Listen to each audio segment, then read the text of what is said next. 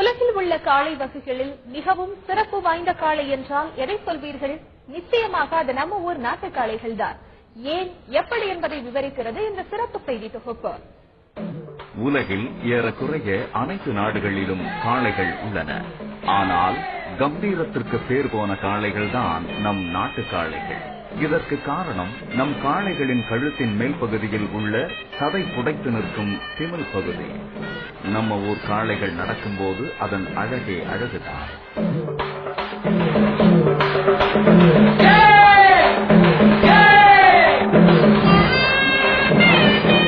திமில் பெருத்து கம்பீரமாய் நடைபோடும் தமிழக கிராமத்து காளைகள் மாட்டு வண்டியில் எவ்வளவு சுமை வைத்தாலும் அனாயசமாக சுமையை இழுத்துச் சென்றுவிடும்.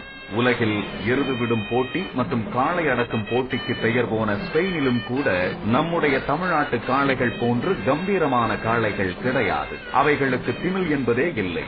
கலப்பினத்தை தவிர பிற நாட்டு பூர்வீக காளைகளுக்கு அழகிய திமில் என்பது அறவே இல்லை. திமில் என்ற பெயரை கூட நம் தமிழர்கள் சரியாகத்தான் வைத்துள்ளார்கள் போலும். திமிரிக் கொண்டு எழுந்தான் என்ற சொல்லாட்சியை நாம் கவனித்தால் அனைத்து ஆற்றலையும் திரட்டுதல் என பொருள்படுவதை உணரலாம். ஏறு போல் வீறு நடை போடும் காளைகளின் திமில்கள் இதன் காரணமாகவே இந்த பெயர் பெற்றது என நாம் அவதானிக்கலாம். விலங்குகளில் தமிழக காளைகள் ராஜகம்பீர தோற்றம் உடையவை என்பதை ஜல்லிக்கட்டு மைதானங்களில் துள்ளி பாய்ந்து சீரும் காளைகளை நாம் காணும்போது இதை உணரலாம்.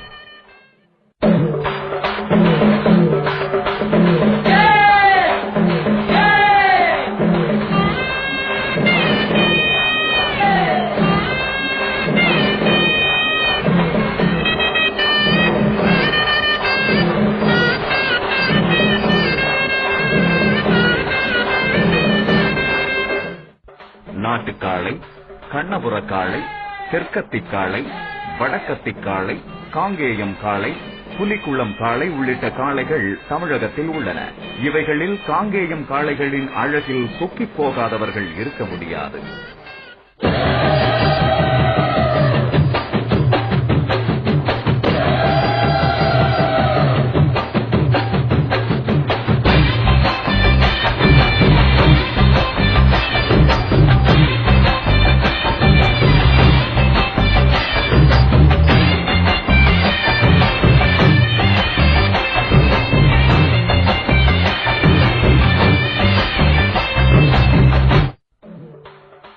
காங்கேயம் காளைகள் கொங்கமாடு என்று தமிழிலும் கங்கமாடு என்று கன்னடத்திலும் கிமு 1ஆம் நூற்றாண்டிலிருந்தே புழக்கத்தில் இருந்து வந்துள்ளது என்பதை வரலாறு கூறுகிறது. காங்கேயம் காளைகளின் திமில் அழகில் மயங்கிய பிலிப்பைன்ஸ், மலேசியா, பிரேசில், இலங்கை நாடுகள் அதிக அளவில் இறக்குமதி செய்கின்றன.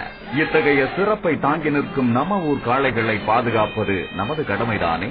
ஜல்லிக்கட்டு இன்று நேற்று தொடங்கியது அல்ல என்பதை துள்ளி திரியும் காளைகளை துணிந்து அடக்கும் இளைஞர்களை பற்றி கலித்தொகையில் கொல்லேறு தழுவல் என்ற பாடல் பறைசாற்றுகிறது.